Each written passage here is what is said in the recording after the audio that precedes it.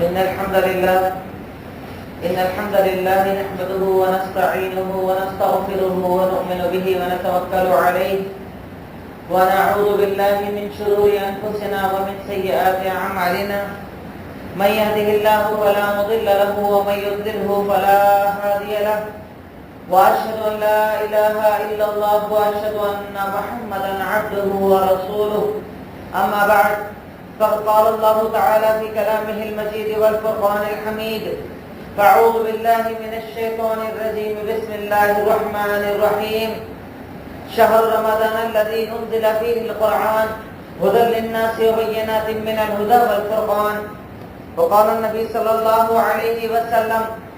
من صام رمضان إيمانا واحتسابا غفر له ما تقدم من ذنبه ومن قام رمضان إيمانا واحتسابا غفر له ما تقدم من ذنبه ومن قام ليلة القدر إيمانا واحتسابا غفر له ما تقدم من ذنبه. تعریف و توصیف، حمد و ستائش، بزرگی اور کبریائی اس وحدہ لا شریک کے لیے جو یک و تنہا اس کائنات کا خالق و مالک ہے، اور اس کے بعد انگنت بے شمار درود و سلام سب سے آخری نبی سید المرسلین شافی محشر ساقی کوثر احمد مجتبی محمد مصطفیٰ صلی اللہ علیہ وسلم کی ذات گرامی پر اللہم صلی علی محمد وعلی آل محمد كما صليت على إبراهيم وعلى آل إبراهيم إنك حميد مجيد اللهم بارك على محمد وعلى آل محمد كما باركت على إبراهيم وعلى آل إبراهيم إنك حميد مجيد رب اشرح لي صدري ويسر لي أمري واحلل عقدة من لساني يفقهوا قولي ربي زدني علما ربي زدني علما ربي زدني علما. الحمدللہ پہلے میری گزارش ہے کہ تھوڑا سا آگے ہو کر بیٹھ جائیں، جتنا ہو سکے قریب ہو جائیں تاکہ بعد میں آنے والوں کو دھوپ میں نہ بیٹھنا پڑے. آپ جانتے ہیں روزہ ہے، سبھی بھائی پریشان ہوتے ہیں جنہیں باہر بیٹھنا پڑتا ہے. جتنا ہو سکے قریب ہو کر بیٹھ جائیں. جزاک اللہ خیر، اللہ آپ لوگوں کو جزا خیر عطا فرمائے. الحمدللہ رمضان المبارک کا یہ مہینہ کہ جس مہینے کو اللہ رب العالمین نے 12 مہینوں کے اندر مہینوں کا سردار بنایا، وہ مہینہ کہ جس میں اللہ رب العالمین نے ہم مسلمانوں کو یا امت محمدیہ کے اندر زندگی گزارنے والوں کو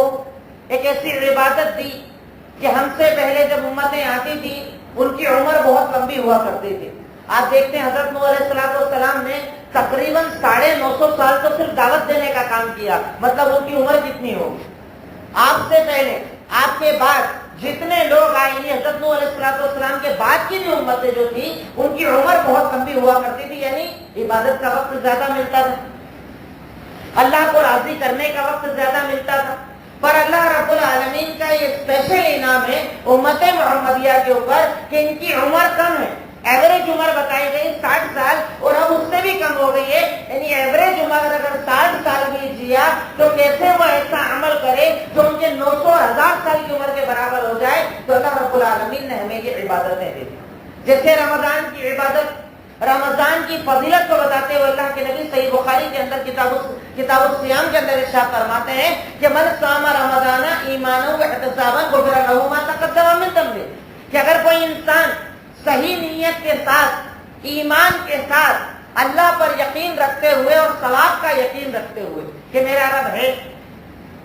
میں اپنے خالق کے لیے عبادت کر رہا ہوں، میرے بھوکے رہنے کا مقصد، میرے پیاسے رہنے کا مقصد کہ میرا رب مجھ سے راضی ہو جائے، یعنی ایمان اگر پکا ہو، اور دوسری شرط ثواب کا یقین بھی ہو کہ اگر میں نے اللہ کے لیے روزہ رکھا ہے، اگر میں اللہ کے لیے گرمی میں پیاسا ہوں، اگر میں نے اپنی بھوک اور پیاس کو برداشت کیا ہے تو میرے رب پر مجھے یہ یقین ہے کہ انشاءاللہ وہ میرے گناہوں کو معاف کرے گا. تو اگر کوئی مومن بندہ یا بندی، مرد یا عورت ثواب کے یقین اور ایمان کے ساتھ رمضان کے 30 روزوں کو رکھ لے تو انشاءاللہ اللہ رب العالمین اس کے پچھلے سارے گناہوں کو معاف کر دے گا. اتنی بڑی فضیلت اللہ رب العالمین نے صرف اس امت کو دی، اس سے پہلے کسی امت کو نہیں دی کہ 30 دن کے روزے رکھ کر اگر نیت اچھی کر لے، اگر اپنے آپ کو مخلص بنانے، اللہ کو راضی کرنے کا مقصد بنا لے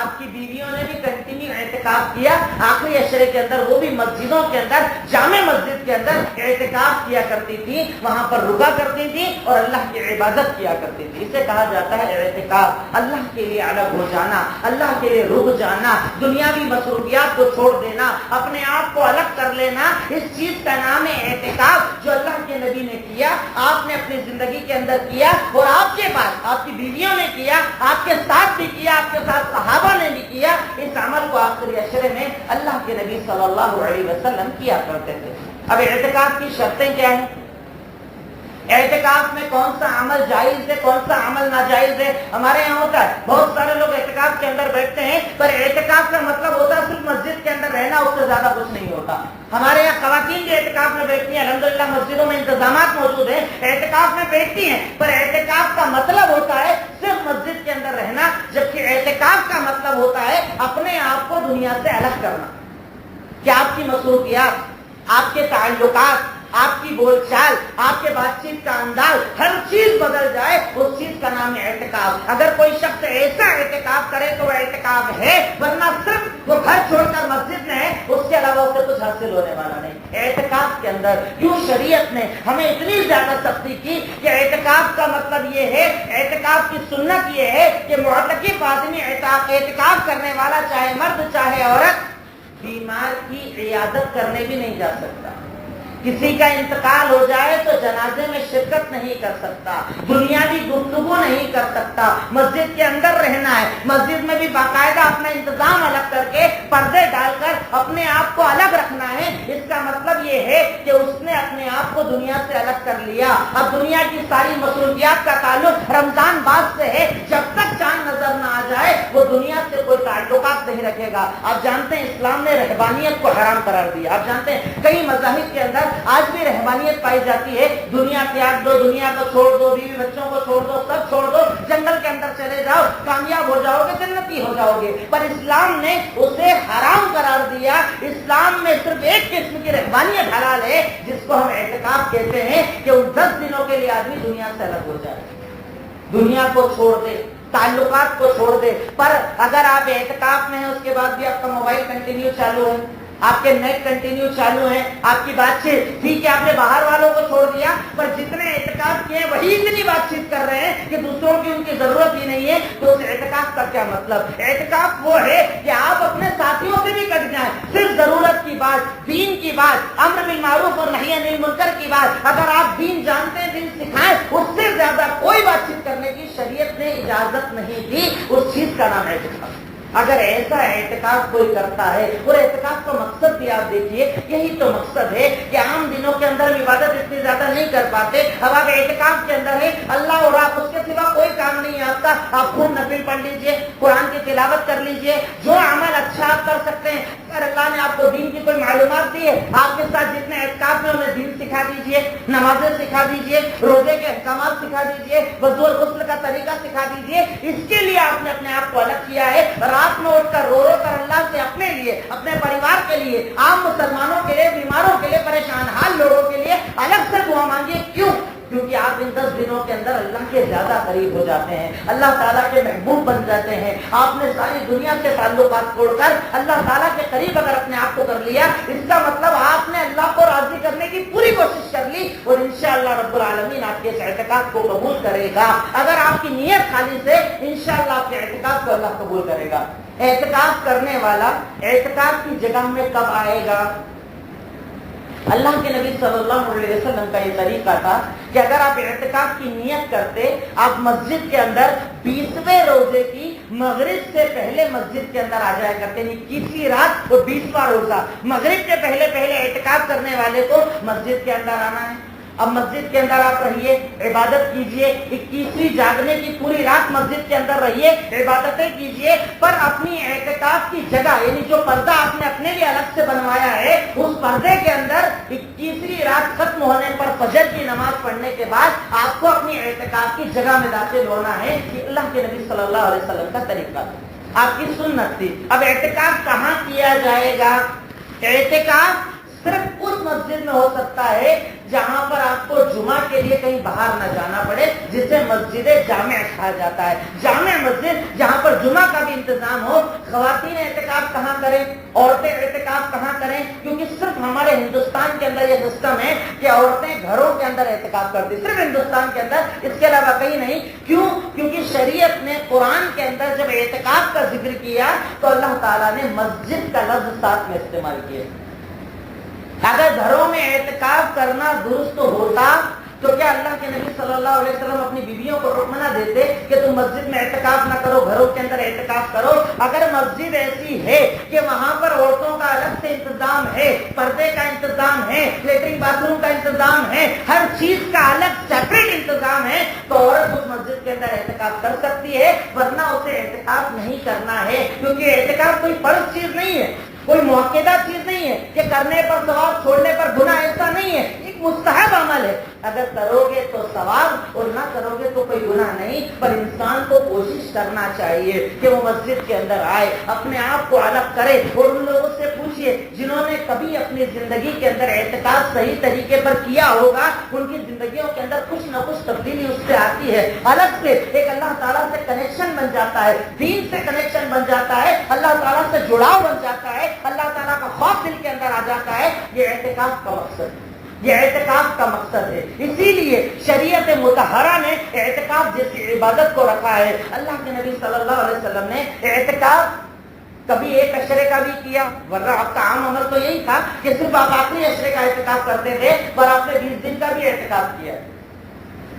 اور اعتکاف اگر کم سے کم کرنا ہو تو شریعت نے اس کی کوئی لمٹ نہیں لگائی۔ صحیح بخاری کی روایت حضرت عمر بن خطاب رضی اللہ تعالیٰ عنہ اللہ کے نبی سے آ کر سوال کرتے ہیں کہ میں نے جاہلیت کے اندر ایک نظر مانی تھی کہ میں کعبہ کے اندر ایک دن کا اعتکاف کروں گا۔ نظر مانی تھی، نیت مانی تھی، جیسے ہمارے یہاں لوگ نظر مانتے ہیں نا، جبکہ نظر ماننا اچھی چیز نہیں ہے۔ ہمارے یہاں لوگ نظر عام طور پر مانتے ہیں، میرا یہ کام ہو گیا 2 سنت پڑھوں گا، میرا یہ کام ہو گیا خیرات کروں گا، میرا یہ کام ہو گیا اتنے دن کے روزے رکھوں گا، جبکہ شریعت نے اس کو پسند نہیں کہا اللہ کے نبی نے کہ اگر تم میں سے کوئی اللہ کی اطاعت کا ارادہ رکھتا ہے فلیوتی، تو ویسے ہی اطاعت کر دے۔ اطاعت کے اندر شرط نہیں لگائے کہ اللہ میرا یہ کام تو کرے گا تو تیرا یہ کام میں کروں گا، کیونکہ عبادت کا اللہ آپ کی محتاج نہیں ہے۔ آپ عبادت کرو شکرانے کے لیے، آپ ایسے ہی عبادت کرو، پر اگر آپ نے نظر مان لی، جیسے حضرت عمر بن خطاب نے نظر مانی کہ میں ایک دن کعبہ کے اندر اعتکاف کروں گا، اللہ کے نبی سے سوال کیا تو آپ نے کہا اوفی بنذرک، اپنی نظر کو پورا کر، یعنی اعتکاف ایک دن کا بھی ہو سکتا ہے،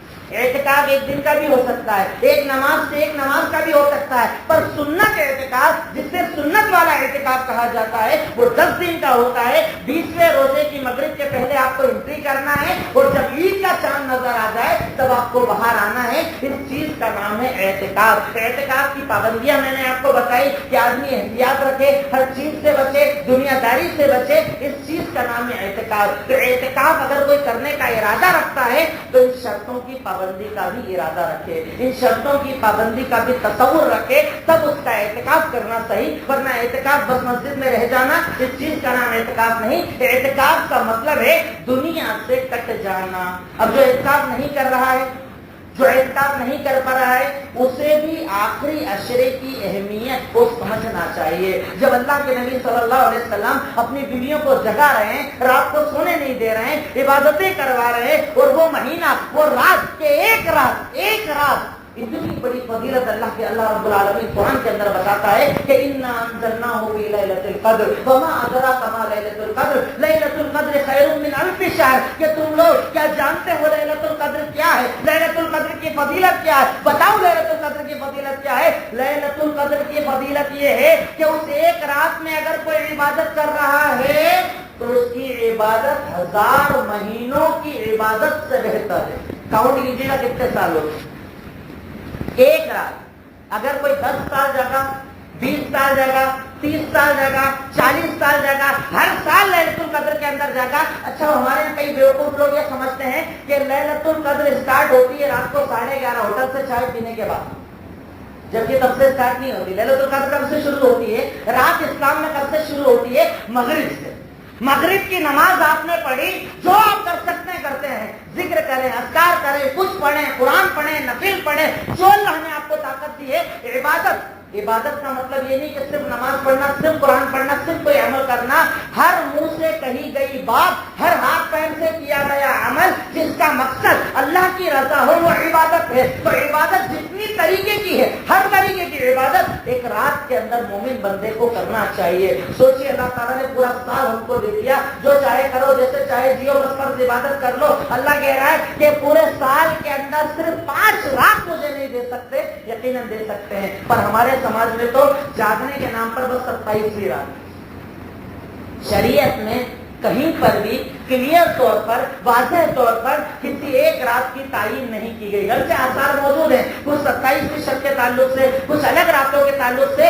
پر مفسرین کا، محدثین کا اکثر یہی قول ہے کہ اللہ تعالیٰ نے اس 5 راتوں میں ایک رات کو چھپا دیا ہے. تو تمہارا مقصد کیا ہونا چاہیے؟ اللہ کے نبی نے ارشاد فرمایا تحروا لیلۃ القدر بالذکر من العشر الاواخر من رمضان، کہ تم آخری عشرے کی 5 راتوں کے اندر لیلۃ القدر کو تلاش کیا کرو، ڈھونڈو، تلاش کرو. اس کی کچھ علامتیں یقیناً بتائی گئی کہ وہ رات معتدل ہوتی ہے، بہت زیادہ گرمی نہ بہت زیادہ سردی، اس رات کے اندر سکون ہوتا ہے، اس رات کا صبح کا جو سورج نکلتا ہے اس کی چمک بھی الگ ہوتی ہے. کچھ نشانیاں صحیح حدیث میں، کچھ ضعیف حدیث میں آتی ہے. پر ہمیں تو 5 رات جاگنا ابھی سے نیت کرنا، ہمیں 5 جاگنا انشاءاللہ. 21ویں کو بھی، 23ویں کو بھی، 25ویں کو بھی، 27ویں کو بھی اور 29ویں کو بھی، کہ ہم مغرب بعد سے لگ جائیں گے انشاءاللہ. روزہ کھولا، اپنی کاروبار، اپنی مصروفیات سے فری ہوئے، اب اپنے آپ کو اللہ کے لیے الگ کر لیں. تھوڑی دیر نفل پڑھ لیں، پھر تھوڑی دیر قرآن پڑھ لیں، پھر تھوڑی دیر جو اذکار ہمیں یاد ہے، جو ذکر ہمیں یاد ہے، سبحان اللہ، الحمدللہ، اللہ اکبر، سبحان اللہ وبحمدہ، سبحان اللہ العظیم، یہ ایک ایک ذکر ہمارا اگر اس رات میں صحیح رات کو ہم نے پا لیا، وہ عبادت کر لی، وہ ایک ذکر کرنا انشاءاللہ 1000 مہینوں کی عبادت سے بہتر ہوگا. اور اللہ نے خیر کا یہ لمٹ نہیں بتائی ہے کہ اگر کوئی اس ایک رات میں جاگ گیا تو اسے 1000 مہینے کا ثواب ملے گا، یہ نہیں بولا. اللہ نے کہا کہ 1000 مہینے سے بھی زیادہ بہتر ہے، یعنی اللہ اس سے بھی زیادہ بڑھا سکتا ہے. صرف ایک رات کی عبادت 1000 مہینوں کی عبادت سے زیادہ بہتر ہے. اتنی فضیلت والا عمل کون جانتا اگلے سال ملے گا آپ کو اور مجھے ملے گا. صحت رہے گی، تندرستی رہے گی، زندگی رہے گی. اس لیے ابھی سے عزم کر لیجئے، اپنی مصروفیات کو پہلے ہی پورا کر لیجئے. جو بھی کام، جو بھی ضروریات ہے، خریدی، جو بھی کام آپ کو کرنا ہے ابھی کمپلیٹ کر لیجئے اور اپنی نیت بنا لیجئے کہ انشاءاللہ یا تو پورا عشرہ جاگوں گا، اور پورا عشرہ نہیں تو کم سے کم 5 راتوں کو جاگوں گا اور اللہ کو راضی کرنے کی کوشش کروں گا. کیونکہ ان راتوں میں وہ ایک رات ایسی ہے کہ اگر میں نے اس میں صحیح طریقے سے عبادت کر لی تو انشاءاللہ رب العالمین میرا پچھلا پورا اکاؤنٹ ختم کر دے گا، میرے گناہوں کا خاتمہ کر دے گا، میری خطاؤں کا خاتمہ کر دے گا، میری لغزشوں کا خاتمہ کر دے گا، جانے انجانے میرے سارے گناہ مٹا دے گا. اور انشاءاللہ اگر میں نے صحیح طریقے سے وہ رات جاگ لی تو میری اس رات کی فجر ایسے ہوگی گویا کہ میں آج پیدا ہوں.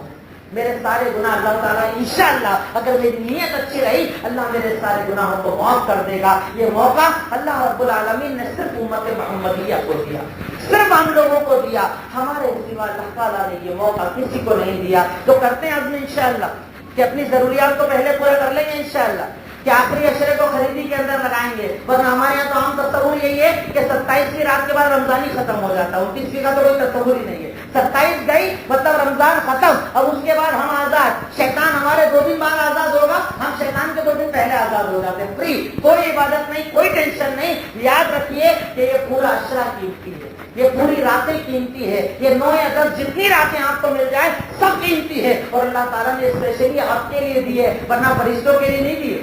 جنات کے لیے نہیں دیے. اللہ تعالیٰ نے آپ کے لیے دیے، انسانوں کے لیے دیے، کہ اسپیشلی رب العالمین نے تم پر یہ انعام کیا ہے کہ تم آخری عشرے میں اللہ کو راضی کرو. اب وہ اعمال جو میں آپ کو بتا رہا ہوں جو آخری عشرے کے اندر ایک بندہ مومن کو کرنا چاہیے، اس میں ایک چیز ہو سکتی ہے قرآن کی تلاوت. وہ قرآن